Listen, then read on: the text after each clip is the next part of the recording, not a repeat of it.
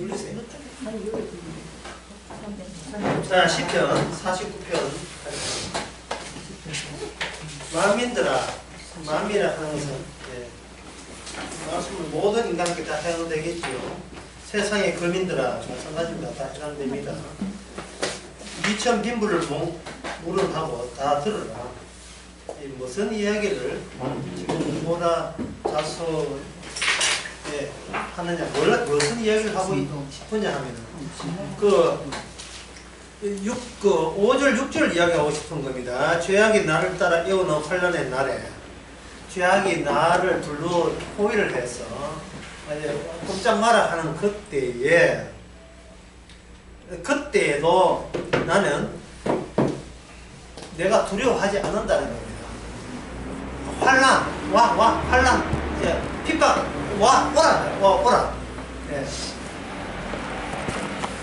이 환난과 핍박을 피해서 도망가는 게 아니에요. 내 안에 있는 진리가 바깥에도 진리답게 작용하거든요. 그 복음을 안다는 사람이, 나는 진리를 안다는 사람이 바깥 세상에는 진리가, 내 안에 들은 진리가 작용하지 않는다는 오해들을 하고 있어요. 그건 진리 없으니까 나는 도망쳤어. 이 복음 안에 있으면 된다고 생각하는 것은, 이거는 그 진리를 좋아하는 것이 아니고 무탈하기를, 진리 덕분에 내가 편안히 살기를 원하는 꼼수 같은, 인생의 꼼수 같은 겁니다. 진리가 내 안에도 진리라면 내 바깥에도 진리겠지요. 천국에서 진리라면 지옥은 뭡니까? 진리가 되는 거예요. 진리에 이렇게 마음을 두어야 되는데, 진리 언급하면서 자기 편한 인생을 게다가 꽂혀가지고 어떻게 하면 요런 거 편하게 사는다에 꽂히니까, 진리 아는 나는 이 진리 모르는 더러운 세상에서 부대 끌고 뭐있노, 내 혼자 몸 한 피하면 되지 하고 도망치는 인생을 살아요. 시편 49편 초반부터 굉장히 중요한 이야기 하고 있죠. 인간의 심보를 이야기하는 겁니다. 인간의 심보는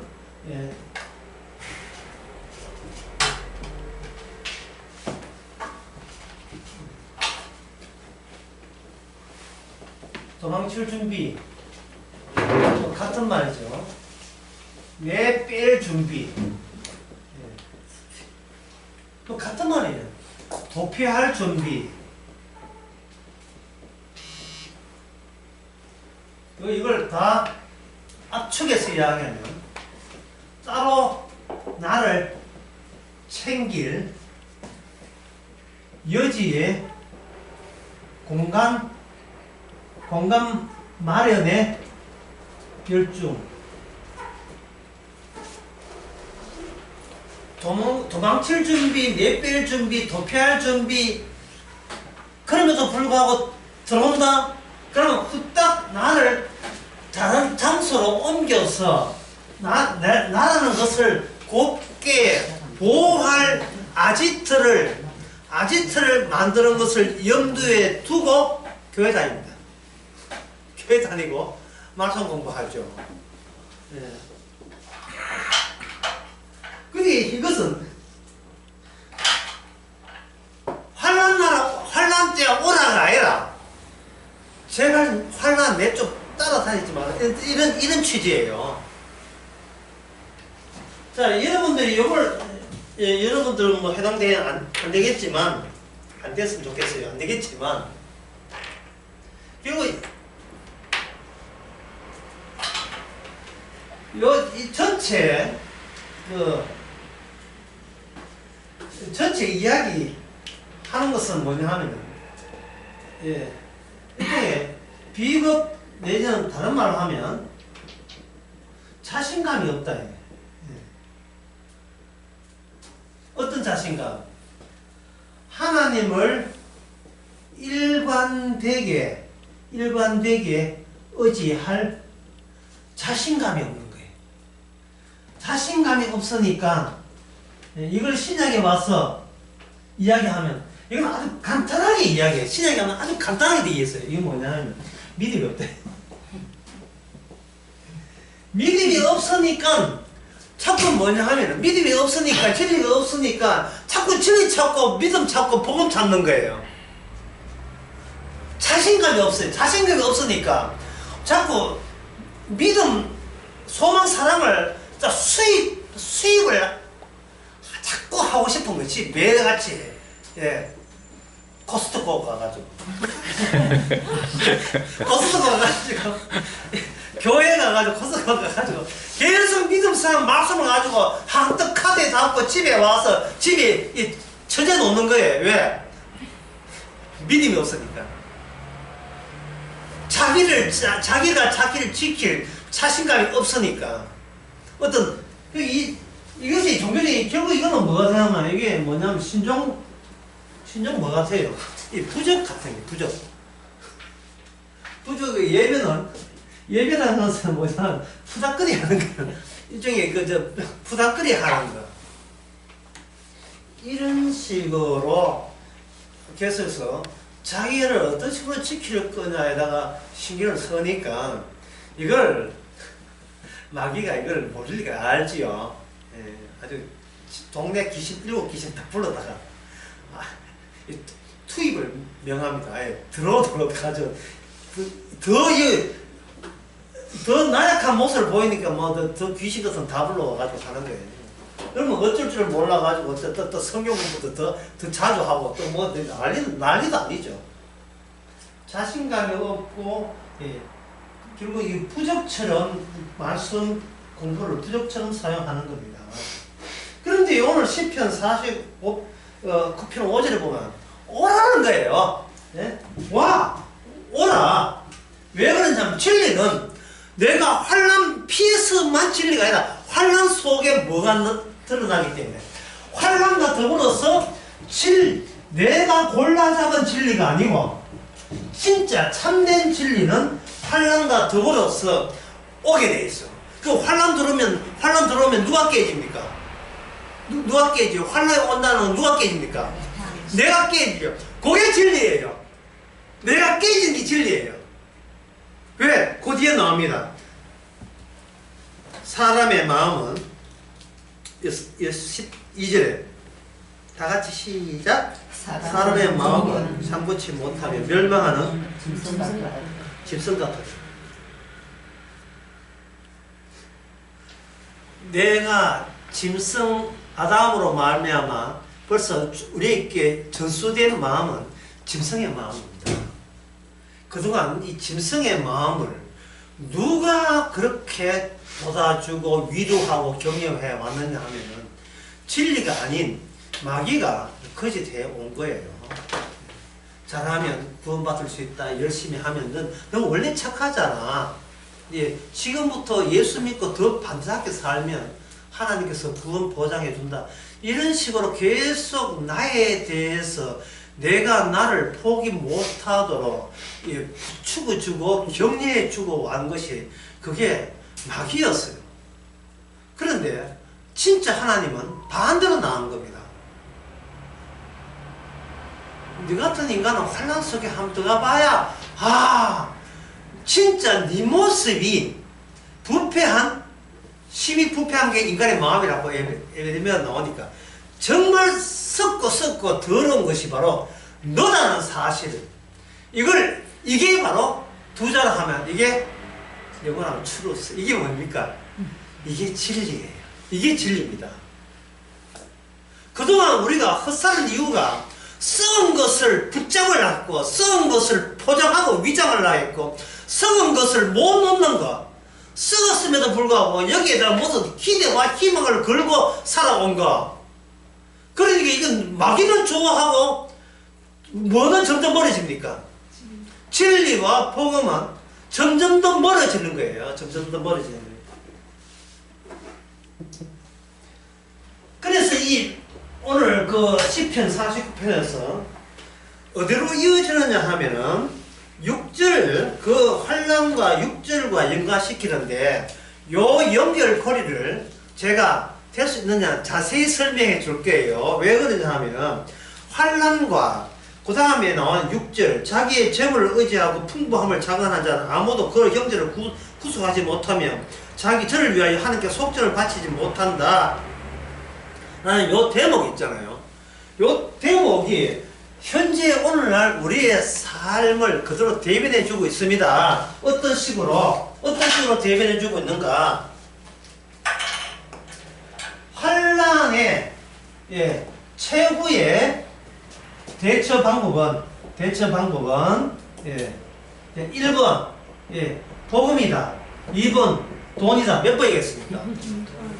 바로 인간은 마음이 부패하고 짐승 같아서 처음에는 복음으로 말씀으로 교회 다니고 뭐 성령 받아 하고 버티지만 결국은 마지막에 믿을 것은 돈밖에 믿을 게 없는 겁니다. 돈이 마지막이에요. 돈이. 그래서 하나님께서는 돈을 추구하고 그러니까 마음이 붓고 돈을 추구할 수밖에 없다는 이 사실을 돈을 추구하고 돈만 의지하는 이 자체를 주님께서는 고맙게로 이걸 어디다가 집어넣냐 진리 범주에다가 집어넣어버린 거예요. 나 복음 받았으니까 나 돈으로부터 사이로 뭐 이런 거 어리씨 그래서 거짓말하고 진짜 진리는 나를 영원히 지킬 수 있는 것은 오직 돈! 돈 뭐지? 돈밖에 없어요.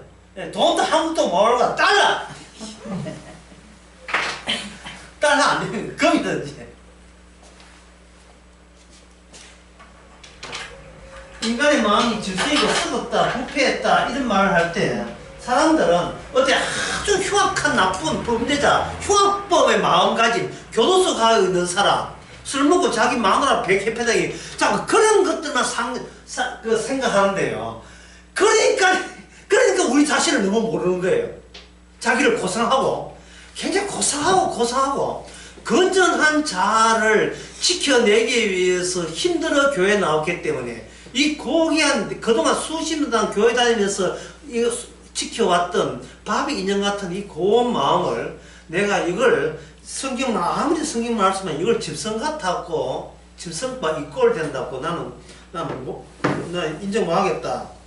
난 얼마나 내가 나를 정화시킨다 할까요? 탈색 또는 묻은 때를 그때보다 제거하는데 나 게을르지 아니한 삶. 조금만 죄 지었으면 몇 배나 회개하면서 그 빛나게 금을 연다하는 것처럼 그런 식으로 단련한 이것이 곧 짐승이라는 모습에 우리는 얼른 동의하기 힘들지요.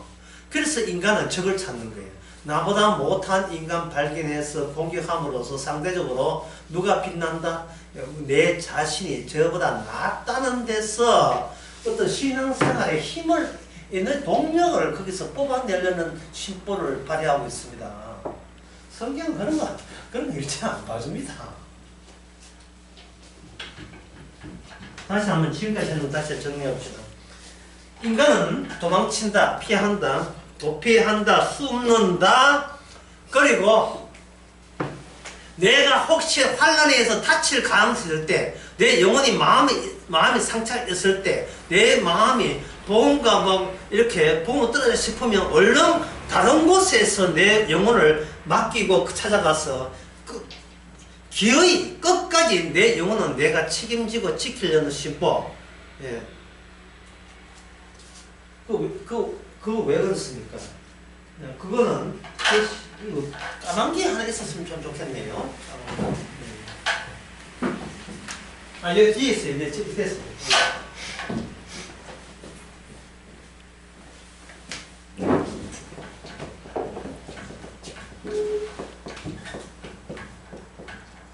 나를 지키려는, 이 앞에 하나 붙이면 좋죠. 나를 건전하게 지키려는 심보 평생 갑니다. 문제는 이게 나를 건전하게 지킬 만한 가치가 있느냐를 누가 이야기했었어요? 그건 누가 이야기했습니까? 성경이 이야기했습니까? 이것도 아무도 이야기하지 않아요. 따라서 여기서 나는 결론, 중요한 결론은 나는 나를 모른다.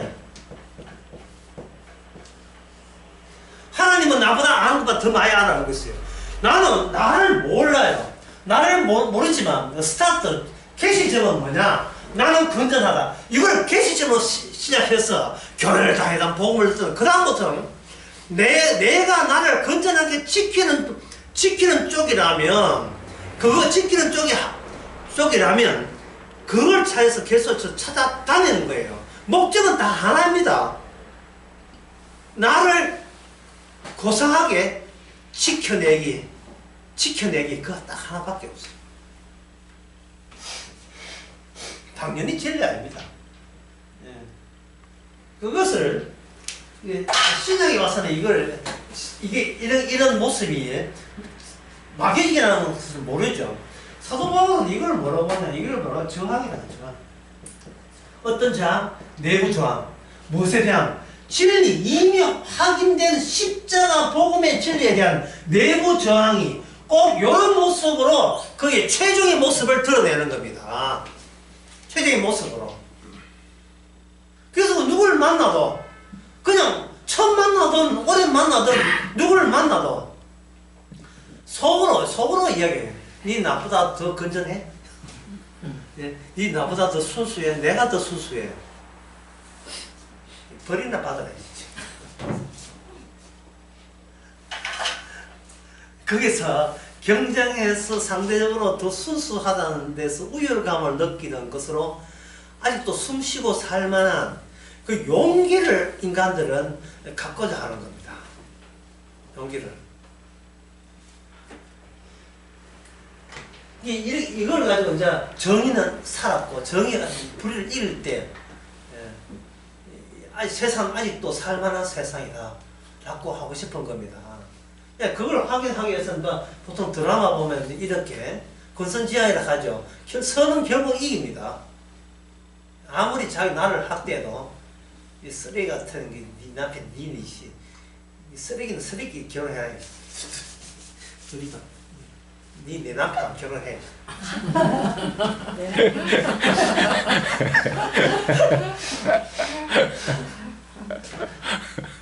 난 제발 사무사하고 결혼해. 대리만족이죠. 예. 바로 내가 내 인생이 저래 됐으면 얼마나 좋겠는가. 대리만족을 해줘야 드라마 시청률 올라가지. 안 그러면 드라마 볼 이유가 없잖아요.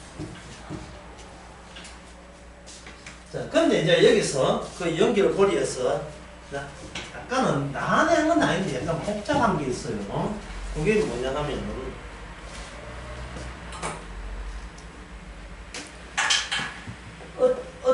어떻게 진리 대신 돈이냐. 진리 대신 돈이냐 하는 것을 지금부터 설명해 드리겠습니다. 예를 들어서 한계 효용의 법칙. 네, 한계 효용 법칙. 인간의 욕망은 똑같은 물건을 골라도 첫 번째 물건, 두 번째 물건 할 때마다 그 구매의 욕망이 뚝뚝 떨어지게 되어 있어요. 하나를 구입할 때마다 뚝뚝 떨어지는 거예요. 그걸 한계. 유틸리티, 효는 내 만족도가 떨어지게 되어 있어요. 예를 들면 콜라, 어떤 가게에 콜라를 파는데 코카콜라 한 병에 하나에 1,000원. 그런데 하나에 코카콜라 하나에 1,000원이. 근데 그 바로 옆에 맨 같은 가게인데 바로 옆에 뭐라 하냐면 콜라 2개 1,000원. 그건 같은 가게예요. 그 옆에 콜라 3개에 1,000원. 여러분 어느 걸 사겠습니까? 똑같은 1,000원인데 하나, 둘, 셋, 두개, 3개 사겠죠. 옆에 조건이 붙어요. 다음 조건은 뭐냐? 이 자리에서 다 먹고 가는 거예요. 이 자리에서 다 먹고 가는 거예요. 자, 콜라 하나에 주는 만족도가 100이라면 두 병 같으면 두 개 하면 한 일주는 20. 근데 새 같으면 힘 마이너스 60대. 이제는 억지로 묶기도 싫어. 이만큼 먹었으니까 묶기 싫어. 그 셀쪽은 뭐냐, 120 빼기 60이니까 3개 다 하면 60밖에 안 되고, 이거 하면 이제 120은 돼요. 이거는 100. 그러니까 뭐 사람들 어디서 사겠어요? 요 두 개, 천원두개 2개 사는 거예요. 나 마시려. 세상은 앞에 있는 그 콜라 먹는 기쁨까지 다 훼손돼요. 손실된다. 근데 이것이 심히 인간이 부패한 마음, 짐승 같은 마음이 나는 것을, 이런 평소에 이런 자기 욕망의 만족도에서 구매가 되고 소비가 되고 생산되는 이 경제 활동을 누가 이 짐승 같은 세상이라고 누가 욕합니까? 욕할 수가 없어요. 자, 이 이야기가 뭐냐 하면은, 세병을 이게 여기서 다 먹게 하지 말고, 이거는 여기서 먹기 없이 그냥 집에 가시고 누워 됩니다 하면 사람들이 하나 사겠습니까? 둘 사겠습니까? 3개 사겠습니까? 3개 사겠죠. 집에 가서 집에 하나 먹고 배, 그 다음에 또 이틀 뒤에 먹으면 또 배, 그 다음에 하면 또 배, 3명 나오는 거예요. 이게 뭐냐 하면 이게 그 유명한 분산투자입니다. 분산투자. 분산투자예요, 이게. 하나에다가 모든 돈을 투입하는 그 기쁨보다 하나가 투자했을 때 손익을 대할 계산해보면 약간 불안감을 다른 데다 투자하면 보충이 될 수 있는 여지가 있을 경우에는 분산 투자를 하는 거예요. 투자할 때도 분산 투자지만 인생에 대해서는 맞아요. 인생이 0살부터 100살까지 있다. 인생에 대해서 젊을 때 20대에 돈 좀 번다고 해가지고 차 삐삐삐삐 그냥 오토바이 까부지 말고 60부터 100세까지 수입이 없을 때 생각해가지고 지금 소비가 그 생산 소비 같은 경우에 이 스스로 조절을 하는 거예요. 내가 60 이후에 직업이 없을 때 대비해서 100을 쓸 걸 60을 쓰면 여기도 동일하게 60 내지 50까지는 버틸 수 있다는 계산을 하잖아요. 이게 뭡니까? 이게 너무나 상식적인, 이거는 인간치고 누구나 이렇게 할 수밖에 없는, 진짜 정신병자 내가 나중에 돈 더 번다면 이렇게 미친 인간 말고 누구나 상식적인 것하면 다 이렇게 하죠. 문제는 이게 짐승 같은 이게 짐승 같은, 이게 바로 짐승 같은 생활이라는 거예요, 이게. 그러니까 이 성경이 어려운 거예요. 우리는 경제활동 따로 하고 교회 와서 말씀 들으면 되고, 또 집에 가서 경제활동, 교회 오는 것도 착한 일, 경제활동 하는 것도 놀지 않고 열심히 착한 일, 내 그 만족도, 내 계산, 내 능력 계산해가지고 미래를 대비해서 지금 착실하기 힘들지만 더 모으는 게, 세상에 이 하나님이 아니고 하나님이 와서 이걸 나쁘다 할 사람은 없을 것이라고 착각들을 하고 있어요.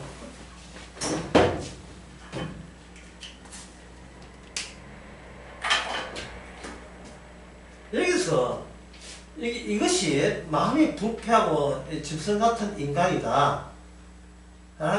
성경에서 시편 49편이나 예레미야나 이런 데서 한두 군데가 아닙니다. 계속 이야기할 때 결국 제가 이야기하고 싶은 것은, 인간이 이러한 경제활동 이런 식으로 요령 있고 합리적으로 경제활동해서 인간이 스스로 그걸 포기할 수 있는 인간이 있습니까? 없지요. 바로 그걸 이야기하는 거예요. 인간의 마음은 날 때부터 부패했기 때문에 성경에서 뭐라든 한 해 뭐라든 알았습니다 해놓고는 결국은 자기의 본색은 경제활동을 통해서 재물 모으기에 통해서 모든 보심을 그게 다 쏟아붓게 돼 있어요, 인간은. 그래서 이건 아까 말씀드린, 인간은 자기 자신에 대해서 안다 모른다? 몰라요. 이거는 자연스러운 것이라고 했지. 내가 경제활동해서 내 노력해서 밥 먹고 사는 것을 가지고 누가 시키더냐, 이게 누가 시킬 문제 아니고 우러나서, 내가 자연스럽게 우러나서 하는 너무나 자연스러운 것이라는 거예요. 그러면 자연스러운 것은 죄 아닙니까? 자연스러우면 그게 진리예요. 성경은 말합니다. 그 자연스러운 것이 내 속에 있는 부패한 마음, 짐승 같은 마음, 죄 있는 마음이 그게 자연스러운 게 그게 경제 활동하는 이름으로 나왔다는, 흘러 넘쳐 나왔다는 거예요. 그러니까 의인은 없고 아무도 없는 거예요. 그런데 그걸 왜 이야기하느냐? 사람들은 내 자연스러운 것은 이건 나쁘지 않고 그냥 자연스러운 내 자세를 그냥 가지고 말씀 새로운 하나님의 깊은 말씀 들으면 그 두 개를 합치면 내가 천국 갈 수 있다고 이렇게 우기는 겁니다. 이게 그 우기니까 환란도 오니까 어떻게 합니까? 환란 앞에 내 떼이 바꾼 거예요. 누구 챙기고? 자기 자신을 챙기는 거예요. 걱정하지 마, 내가 네 챙겨줄게. 네? 그래서 여러분들이 이 문장을 꼭 필히 좀 이렇게 잊지 말아야 돼요. 중요한 문제. 내가 나의 의미다. 영원한 의미예요. 이것을 알아야 됩니다. 엄마가 따로 있는 게 아니에요. 내가 나의 엄마예요. 아무리 내가 몸 뺏고 무슨 짓을 해도 다독거리 주는 것은 누구밖에 없다. 내 자신밖에 없어요. 그러니까 그 나를 내가 부정할 수 있습니까? 없습니까?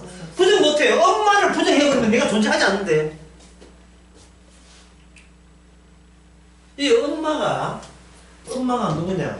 어릴 때는 누가 키워줘야 돼요. 엄마는 애가, 갓난애가 경제활동 못합니다. 경제활동하는 동안은 자식을 키우는 방식이에요. 그래서 인간은 미숙하고 태어나죠. 반면에 동물들은 만숙된 상태에서 나오지만 인간들은 미숙한 채로 태어나요. 태어나서 계속해서 20살 때까지 두뇌가 완성되는 게 보통 의학에서는 28살, 어떤 25살 하고 있는데 그 정확한 사람은 아니지만 하여튼 20대 돼야 이 두뇌 특히 생각하는 피질 부분이 완성이 된다고 합니다. 자, 그럴 경우에 여기서 엄마가 자식을 키워주잖아요. 엄마가 자식을 키워주는데 개 키우지는 않아요. 밥 주고 사료 주고 키웠다 하지 않습니다. 뭘 해주냐? 말을 해요. 방금 또 이제 약간 더 신경 쓰이죠? 또 어렵죠? 예. 말을 한다고요. 엄마의 말이 내 안에서 나의 주체가 됩니다. 예. 인간은 몸이 있고 몸이 자라면 자아가 돼요. 자아가 나가 되는데 나에서 그 다음에 뭐로 나가야 되냐 하면은 이게 주체가 돼야 돼. 주체란 말은 어려운 말을 했지만 쉬운 말로 주인공이 내가 나의 주인공이다. 이 내 몸이든지 내 머리카락 다 내 거다는 거예요. 내 거다는 거예요. 자아는 뭐냐?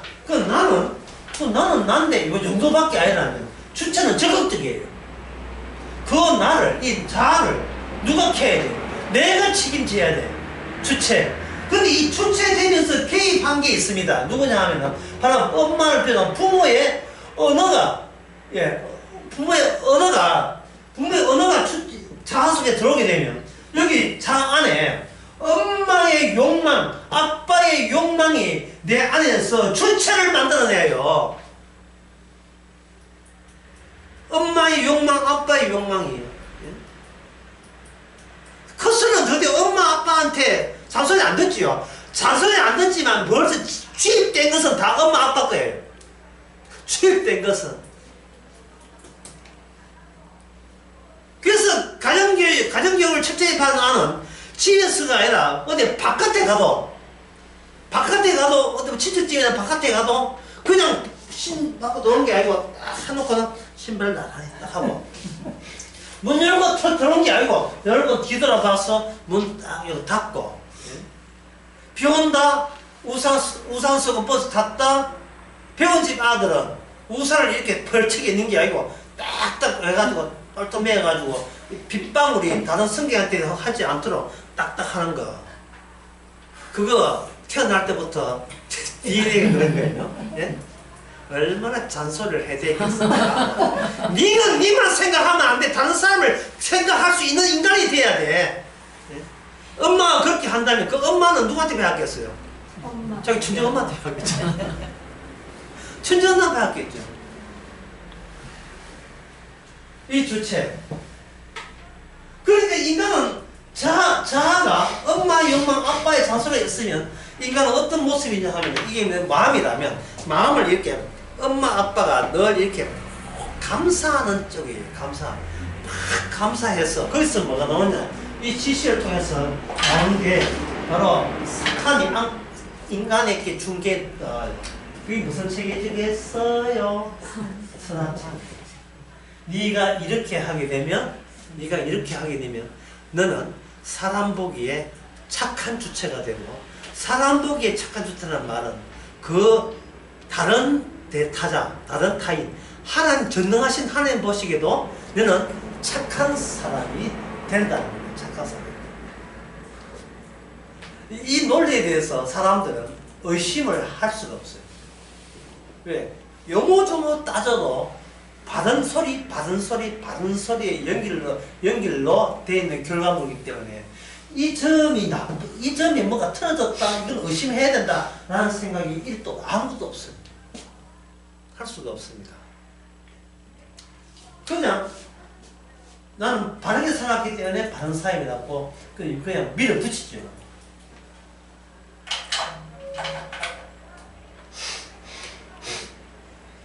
이 주체로 말미암아 인간은 뭐냐면 자립형 인간으로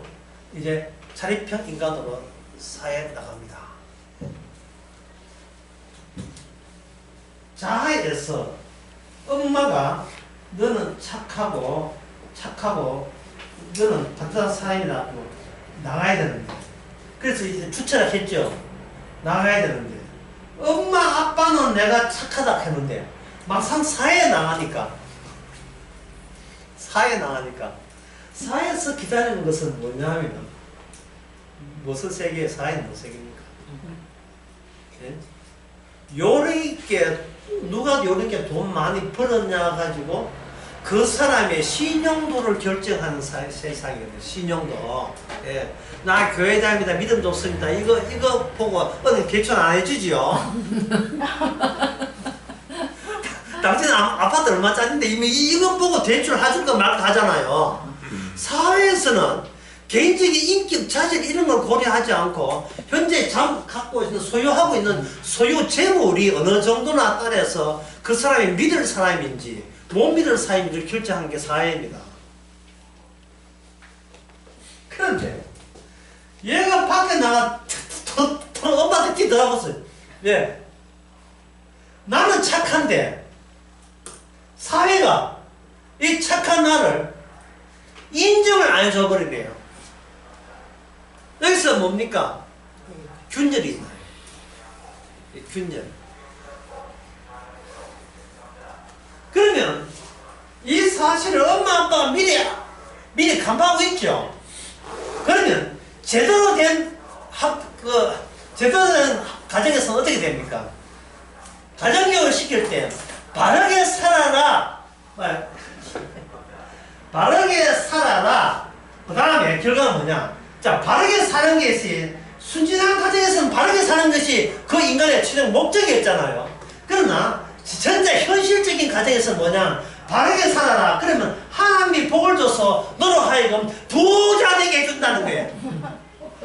부자 되게. 그러면 바르게 사는 것이 목적이 아니고 부자 되는 그것이 행복이며 거기에 수단으로 바르게 사는 거죠.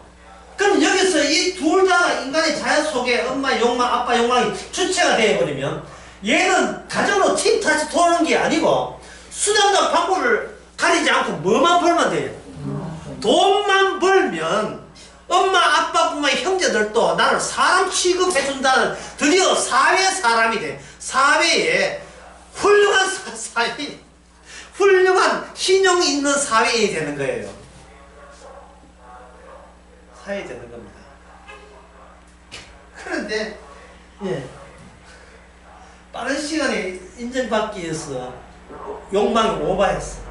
욕망이 너무 과해가 속도가 너무 내려가지고 사업 벌리다가 망했습니다. 망했을 때 얘가 이 가정으로 들어올까요? 교회로 들어올까요? 어떻습니까?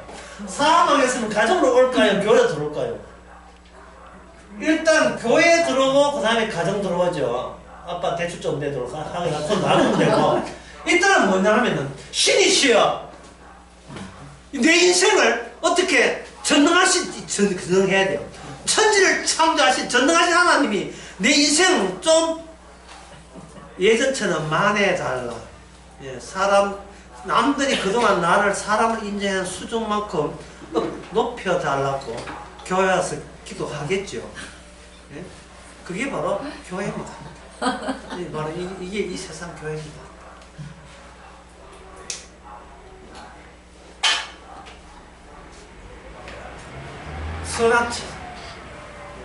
선악체제. 인간은 처음부터 범죄인이었다는 것을 인간은 어느 인간도 동의 안 하려고 해요. 이 저항이 있어요. 선악체제만큼 이것마저 버린다면 난 진짜 짐승 같은 인간이 되는 게 싫다는 거예요. 무엇이 선이고 무엇이 악이냐 이 자체마저 버리면 허하다는 겁니다. 이것으로 내가 자아를 구성하고 주체를 구성했는데 선악체제 말고 이거 다 바닥 나오고 날아가 버리면 그렇지? 나를 구축한 기초 자체가 날아가 버리가 돼가지고 그럼 내가 나답지 않은 이거는 허망한 또는 허무한 그러한 존재가 되는 것이 바로 무섭다는 거예요. 성경은 바로 뭘 하냐 환난이라는 것이 내가 스스로 버릴 수 없는 선악체제를 이 환난에 와서 그것까지 깨버리는 거예요. 창호지. 우리나라 한지를 만든 문의 창호지는 굉장히 얇아요. 손가락에 이 해가 타면 그 구멍 납니다. 네. 대구 강의도 제가 언급을 했는데 다시 한번 말씀드립니다. 인간에 여기 있다 해서 인간을 하지 말고 뭐라고 자, 사에 나오면 뭐 됩니까? 자, 주체는 다른 말 쉬운 말로 내가 주인공이다. 내 인생이 내가 주인공이에요. 내 책임자가 나란 말이죠. 내 책임자가 어른 되는데 뭐 누구 때문에 그러지 말고 책임자가 나란 말이죠. 죽든 말든 내 인생은 내가 만들어나고 가꾸고 나가는 책임자란 말이에요. 책임자인데 내가 책임자인데 세상 일이 내 마음대로 안 되거든요. 자, 이 말 자체가 잘못된 거예요. 세상 일이 왜 내 마음대로 돼야 돼요? 그러니까 인간은 도대체 이유 같은 것은 완전히 없고요. 무조건 내가 잘 돼야 돼요. 그것은 뭐냐면 그걸 가지고 아까 이야기했잖아. 그게 뭐냐 하면 욕망입니다. 욕망은 묻지도 따지는 게 욕망이에요. 내가 욕망을 다스리는 게 아니에요. 욕망이 나를 통치하고 있어요. 충동, 욕망이 정신없이 나를 몰아세우고 있어요. 욕망이.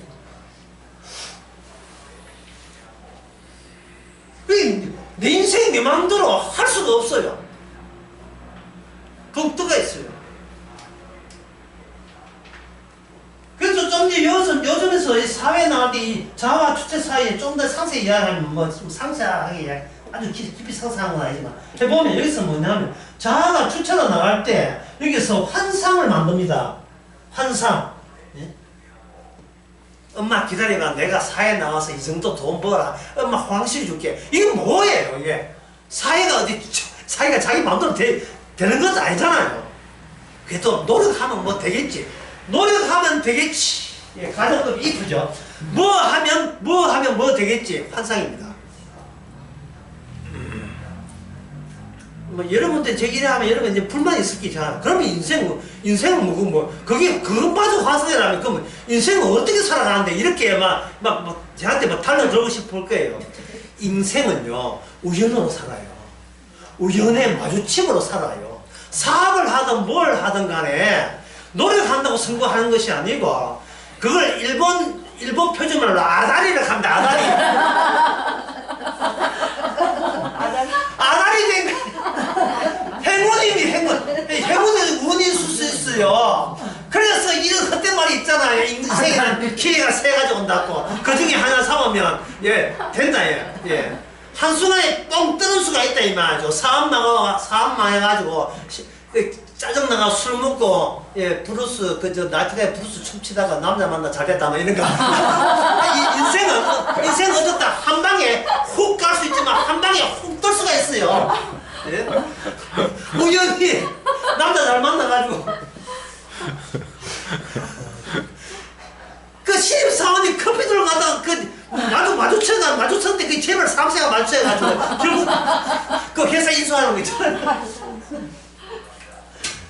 인생이라는 것은 마주침이에요. 마주침. 어떤 변수가 와서 마주칠지 몰라요. 차에 사거리 교통량이 심한데 이렇게 갈 때 이 차를 가든지 걷든지 할 때 차 타고 가면 어떤 차가 있어서 박을지 모르는데 그 바뀌면 방향이 바뀌죠. 그게 내 인생이에요. 지금까지. 이래 받치고 이래 받쳐서 저를 튕겼고 저를 튕겼는데 받치고 이게 바로 내 인생이라는 겁니다. 그래서 무슨 규칙이고 질서가 있어요. 인간은 확률적이고 우연적 존재예요. 필연적 존재가 아니고. 그런데 환상은 뭐냐면 환상은 자꾸 나를 필연적 법칙을 세워서 이 법칙의 마지막 꼬린 지점은 내가 남보다 대단한 존재가 되는 것을 늘 꿈꾸고 있어요. 꿈꾸고.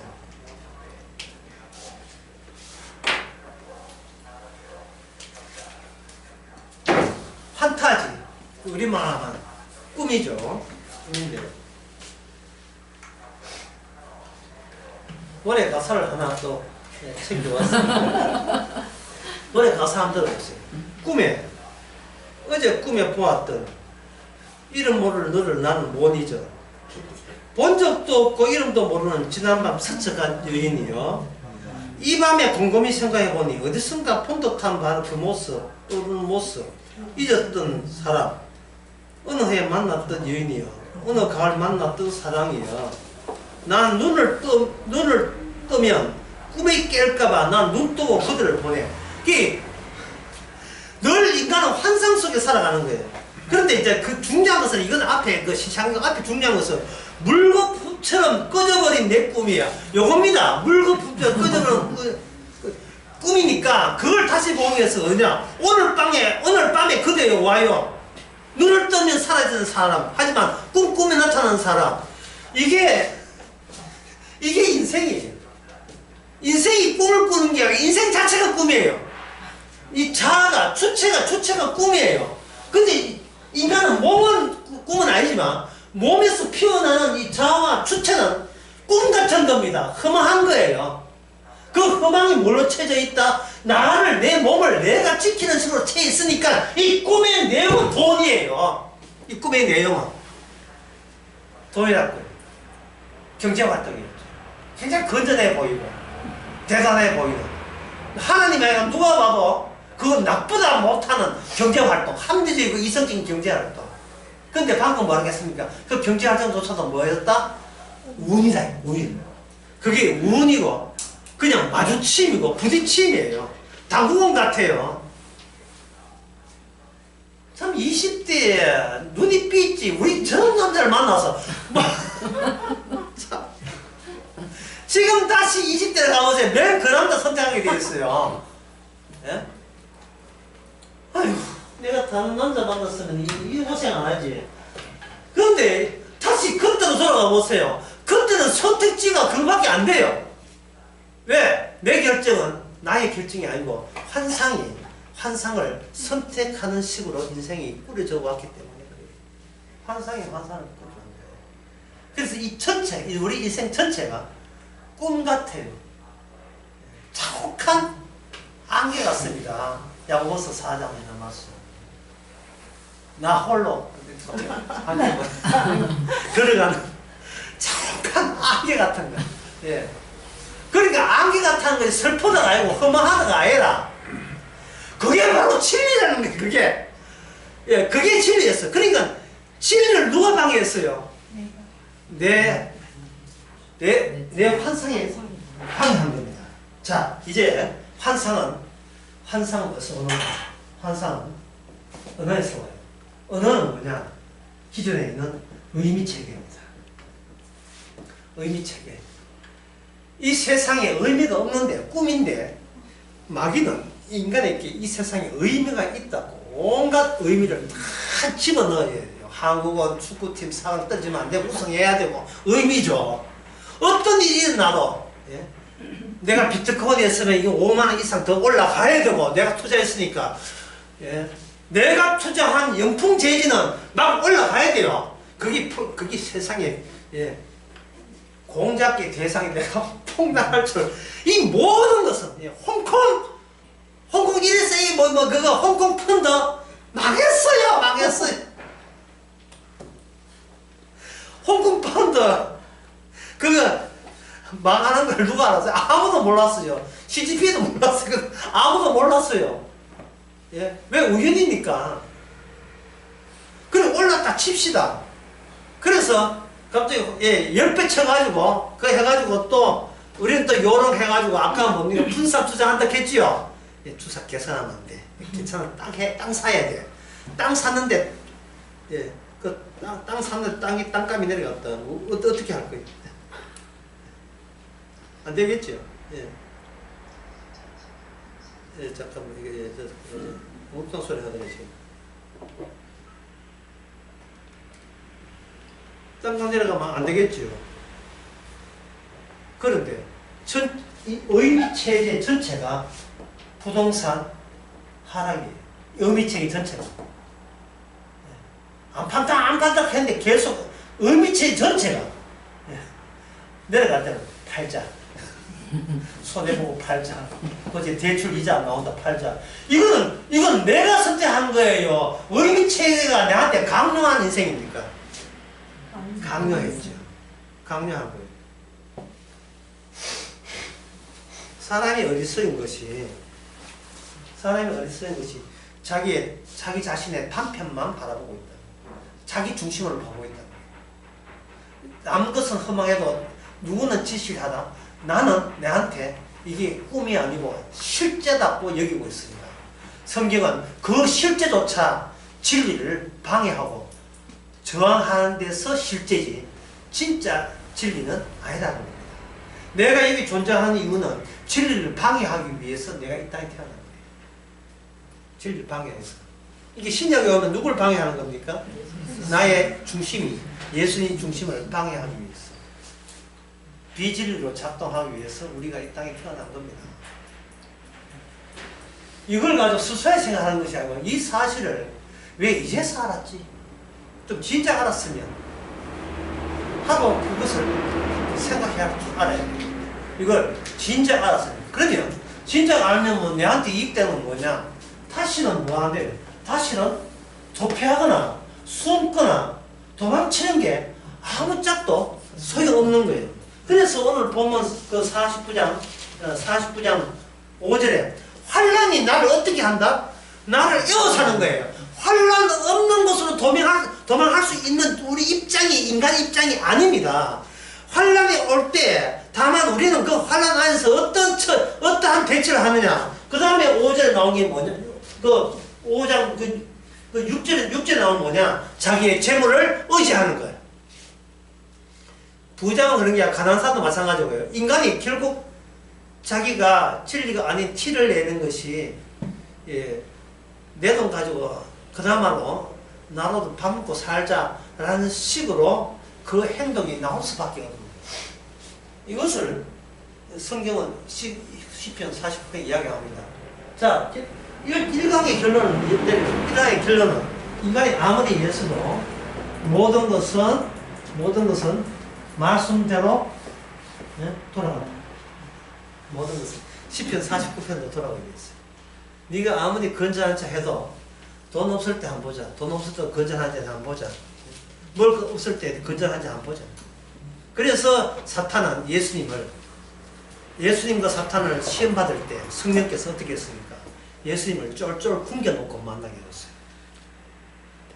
쫄쫄 굶겨놓고 거의 죽은 자로 만나게 해줬어요.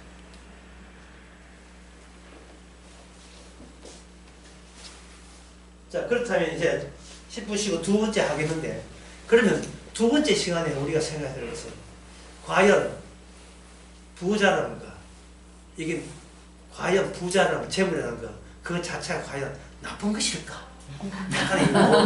약간의 뭐 희망 진정 그게 다 그렇게 나쁘단 말이냐 뭐 이런 거.